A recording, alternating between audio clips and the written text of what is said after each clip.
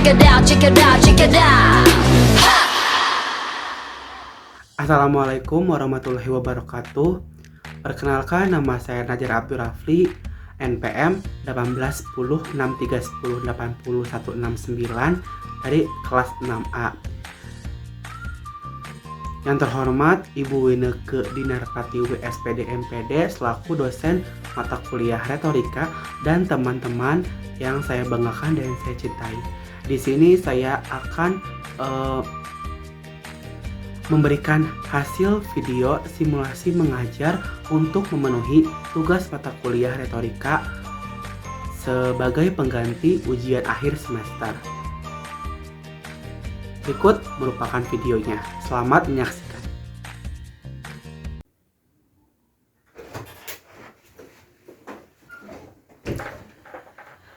Assalamualaikum warahmatullahi wabarakatuh. Ya, sekarang jumpa kelas. Waalaikumsalam warahmatullahi wabarakatuh. Selamat siang semuanya. Waduh, semangat banget ya hari ini ya. Harus tetap semangat ya, oke? Oke. Sebelum mulai kegiatan pada hari ini, alangkah baiknya kita berdoa. Berdoa menurut agama dan kepercayaan masing-masing. Berdoa dimulai.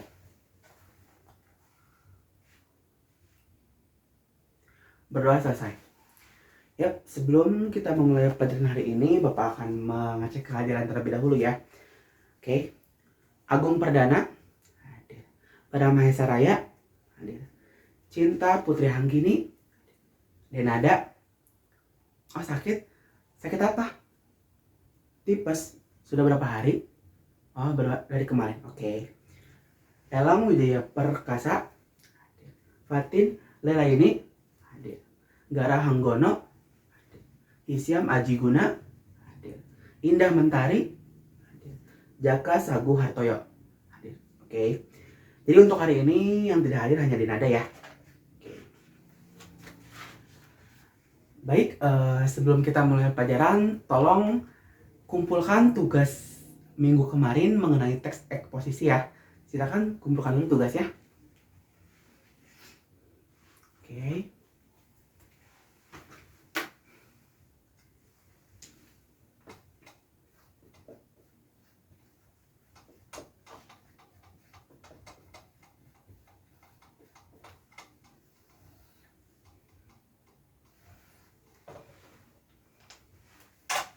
Sudah dikumpulkan? Oke. Kalian pernah mendengar ungkapan seperti ini tidak? Everyone thinks of changing the world, but no one thinks of changing himself. Semua orang berpikir untuk mengubah dunia, tetapi tidak ada yang berpikir untuk mengubah dirinya sendiri. Ada? Tidak ada. Oke. Jadi maksudnya banyak gitu di dunia ini orang yang beranggapan bahwa mereka bisa mengubah dunia. Mereka ingin mengubah dunia. Tapi mereka tidak berpikir bahwa mereka belum bisa mengubah diri mereka sendiri. Bagaimana caranya mereka bisa mengubah dunia jika mereka belum bisa mengubah diri sendiri? Kira-kira apa sih caranya agar kita bisa mengubah dunia atau bisa mengubah diri sendiri? Ya, salah satunya adalah dengan pendidikan. Pendidikan adalah jalan yang paling benar untuk mengubah sesuatu. Karena dengan pendidikan, kehidupan yang diubah tidak akan melenceng dari tata krama, arti istiadat, dan dari kebudayaan seperti itu. Seperti yang dikatakan oleh Mbak Najwa Shihab bahwa hanya pendidikanlah yang bisa menyelamatkan masa depan kita semua. Tanpa pendidikan tak mungkin bisa berjalan, gitu kan? Jadi Bapak harap semuanya tetap semangat untuk belajar walaupun kita dalam kondisi pandemi seperti ini, gitu kan? Karena ingat tujuan kalian belajar itu untuk apa? Seperti itu ya. Oke. Kadang memang ya belajar itu sulit. Karena memang tidak ada belajar yang gampang. Bahkan hidup itu juga sulit. Tapi kadang memang kita harus bahagia setidaknya sedikit saja. Atau mungkin kita bisa tertawa seperti itu. Sedikit aja. Agar masalah yang kita punya atau masalah yang sedang kita hadapi sedikit terkikis. Gitu. Oke? Jadi tetap semangat, jangan lupa bahagia, jangan lupa selalu tersenyum, tertawa, tapi jangan tertawa sendirian ya. Nanti disangka orang gila loh.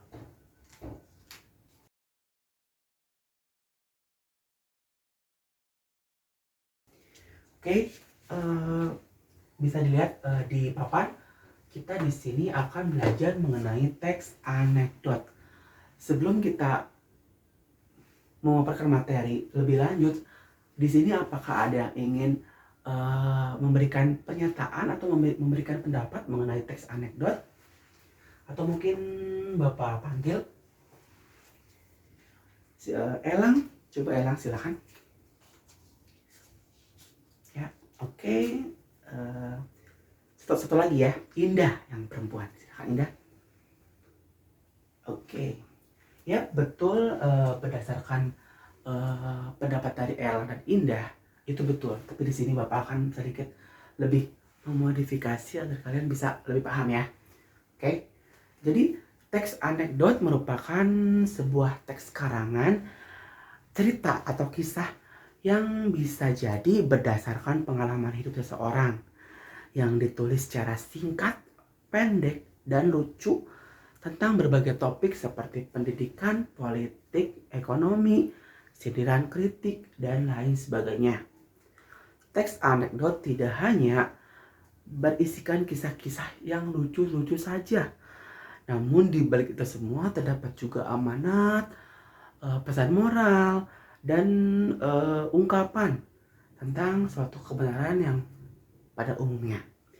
Jadi bisa kita simpulkan bahwa teks anekdot adalah teks yang berisi kisah lucu yang dibaluti dengan sindiran kritikan terhadap seseorang. Seperti itu. Nah, ciri-ciri teks anekdot ya. Ciri-ciri teks anekdot ada 7.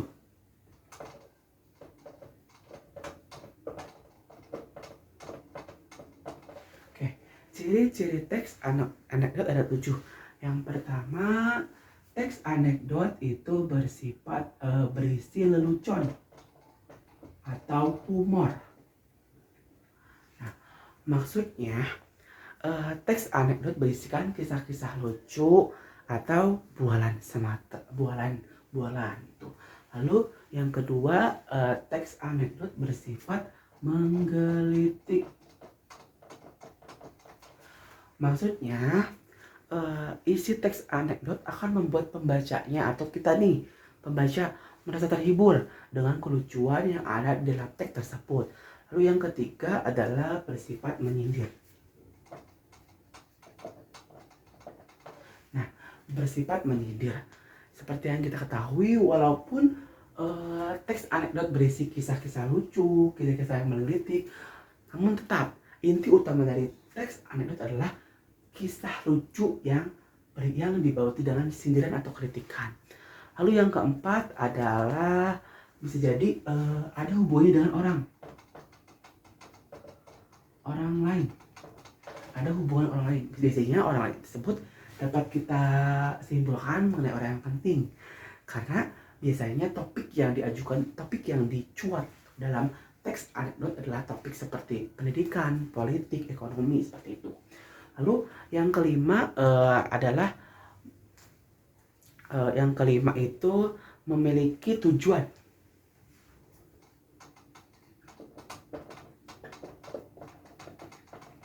Nah, setiap teks itu pasti memiliki tujuan. Ada yang tujuannya untuk menghibur, menyindir, atau tujuannya untuk apapun lah, seperti itu. Nah, karena di sini teks anekdot itu memiliki tujuan ya, pasti tujuan untuk menghibur dan untuk memberikan masukan atau kritikan terhadap orang lain. Lalu yang keenam, memiliki kesamaan dengan dongeng. Ya karena teks anekdot itu bersifat lucu, humor, jadi banyak orang mengatakan bahwa mirip dengan dongeng. Namun biasanya dongeng lebih ke karakter hewan ya, lebih ke hewan yang misalnya seperti kura-kura yang berbicara. Nah, kalau misalnya teks anekdot lebih ke manusia, memang orang-orang yang mempunyai titel, jabatan, atau mungkin orang-orang yang penting lah seperti itu. Lalu yang ketujuh adalah biasanya bersifat realistik, karena teks anekdot itu menyindir orang-orang yang memang ada biasanya di ini, maka teks anekdot itu mempunyai ciri-ciri yang berhubungan dengan sifat realistik seperti itu. Nah, jika kita membicarakan mengenai tujuan, maka seperti yang dikatakan bahwa teks anekdot itu bertujuan untuk menghibur, memberikan lelucon, menggelitik, mengembangkan tawa, dan untuk menyindir seperti itu. Nah, pada teks anekdot sendiri terdapat dua isi. Oke.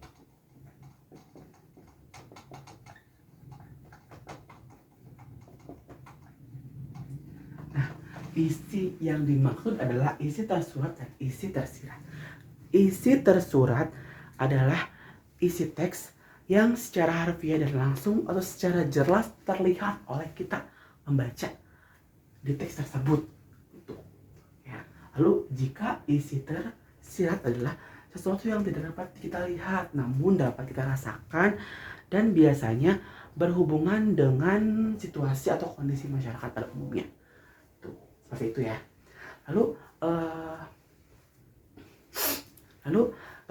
selain menghibur dan menyindir, teks itu juga dapat memberikan sebuah manfaat, terutama untuk pesan moralnya gitu kan, yang ingin disampaikan kepada para pembaca gitu. Walaupun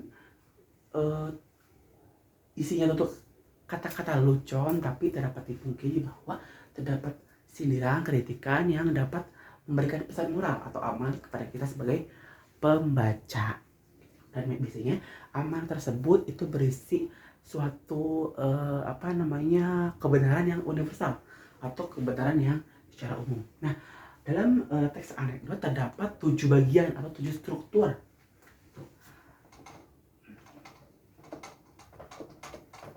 Yang pertama adalah abstraksi. Abstraksi adalah bagian utama dari teks anekdot yang biasanya terletak di awal paragraf, yang berisikan gambaran awal mengenai teks tersebut.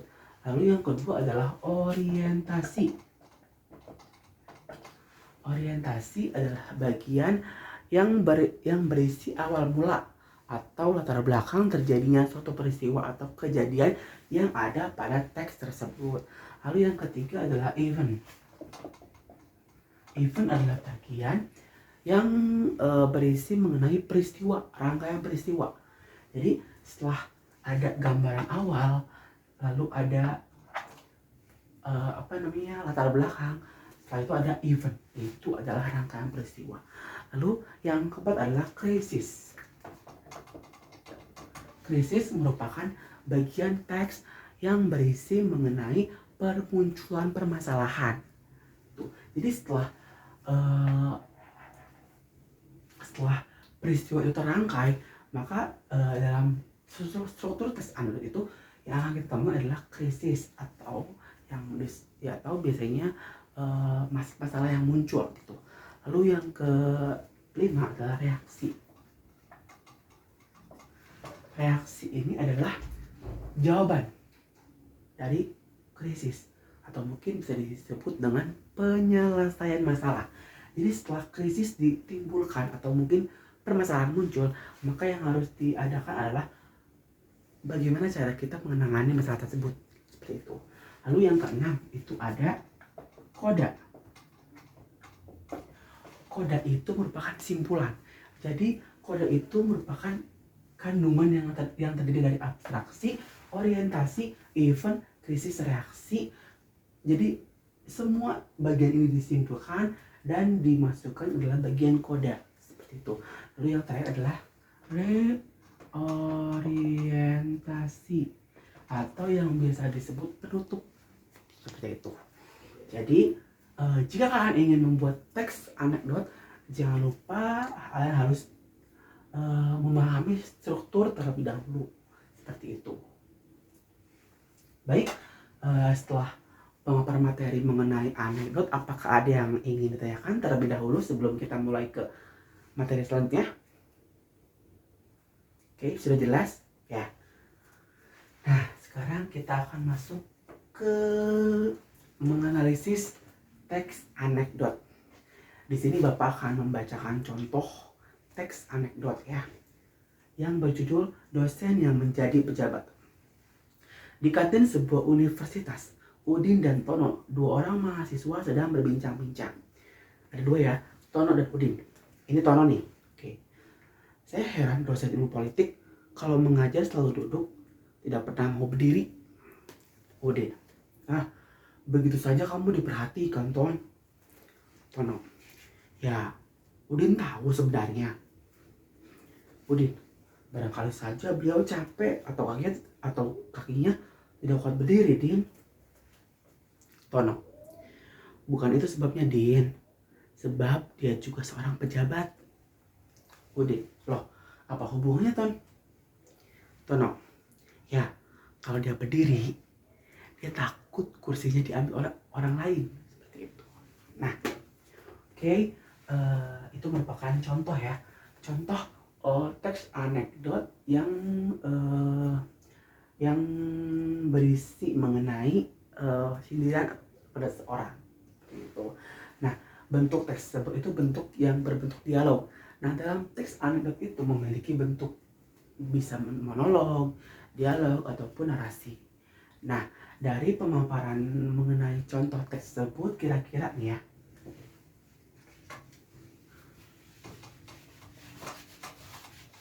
kira-kira masalah apa sih yang dibahas? Mungkin ada yang bisa bantu jawab? Ada yang bisa bantu jawab?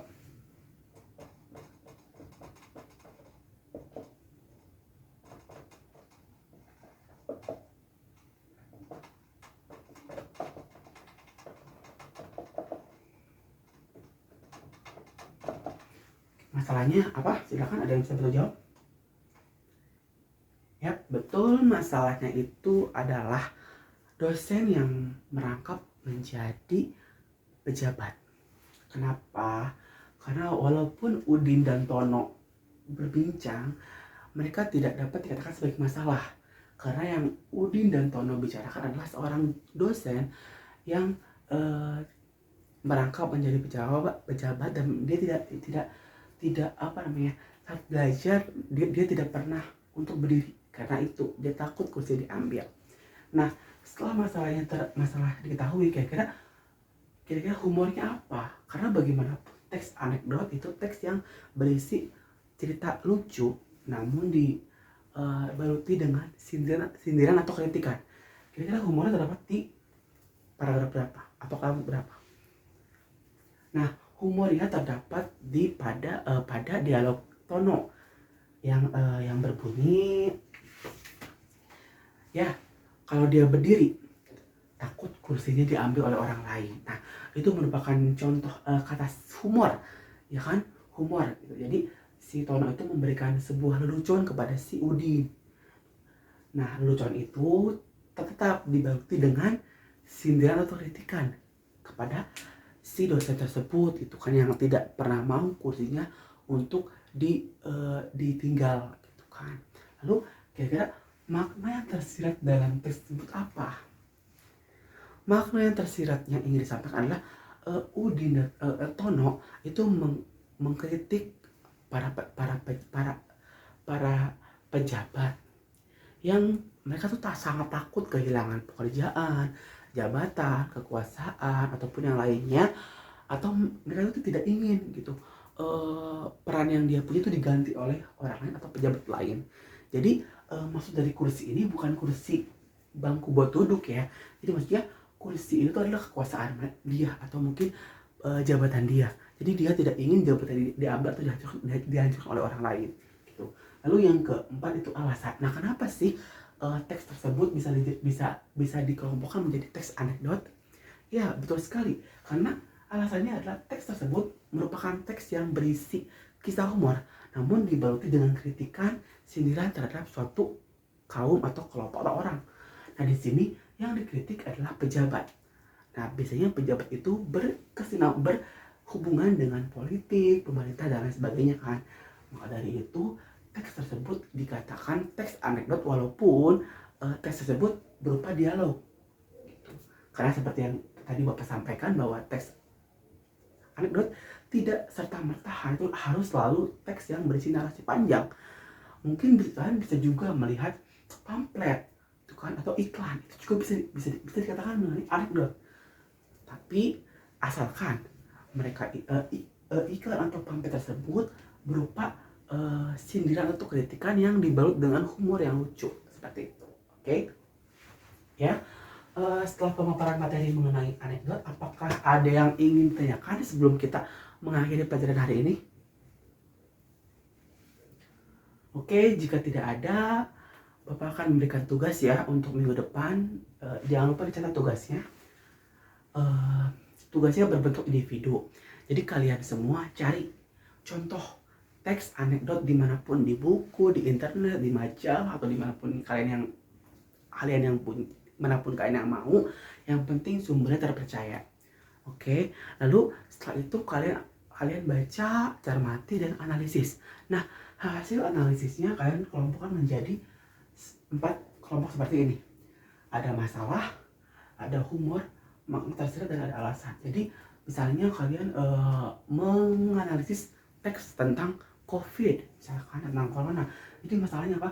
Masalahnya kayak merampaknya COVID di Jawa Barat misalnya. Lalu humornya tuh apa? Terletak di paragraf berapa? Terletak di paragraf berapa? Seperti itu. Lalu yang ketiga adalah makna tersirat. Nah, dari isi tersebut kira-kira makna apa sih yang tidak ada di bacaan Anda, tapi bisa kalian rasakan, oh ini tuh untuk memberikan sindiran atau kritikan kepada seseorang ataupun yang lainnya. Lalu yang keempat terakhir itu adalah alasan. Kenapa kalian bisa mengetahui kalau teks tersebut adalah teks anekdot, walaupun kalian di internet itu tahu bahwa ini tuh contoh teks anekdot dari internet, namun Bapak harapkan kalian punya alasan tersendiri kenapa teks tersebut bisa dikatakan menjadi teks anekdot seperti itu. Oke, apakah ada yang masih kurang jelas atau mungkin ada yang masih ingin ditanyakan? Sudah? Oke, jika sudah, Bapak kira sudah cukup pembelajaran hari ini. Masih ada waktu 10 menit, silakan untuk istirahat ya. Tapi jangan dulu keluar kelas sebelum bel berbunyi ya. Oke, sekian dari Bapak. Mohon maaf bila banyak kesalahan, kekurangan, baik dari perkataan atau perbuatan. Sekian pembelajaran hari ini. Semoga kita semua masih tetap semangat walaupun dalam keadaan pandemi seperti ini. Jangan lupa tujuan kalian belajar untuk apa. Dan semoga hari ini dan seterusnya kehidupan kita semua akan lebih baik, lebih lancar, lebih berharga, dan lebih berguna bagi semuanya. Oke, sebelum kita mengakhiri pelajaran hari ini, mari kita berdoa menurut agama dan kepercayaan masing-masing. Berdoa dimulai. Berdoa selesai. Baik, selamat istirahat. Wassalamualaikum warahmatullahi wabarakatuh.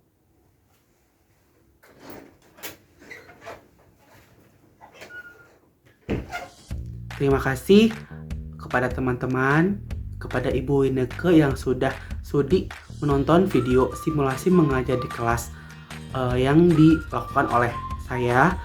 Mohon maaf bila ada kesalahan kata, tindakan, maupun perbuatan. Wabillahi taufiq wal hidayah. Wassalamualaikum warahmatullahi wabarakatuh.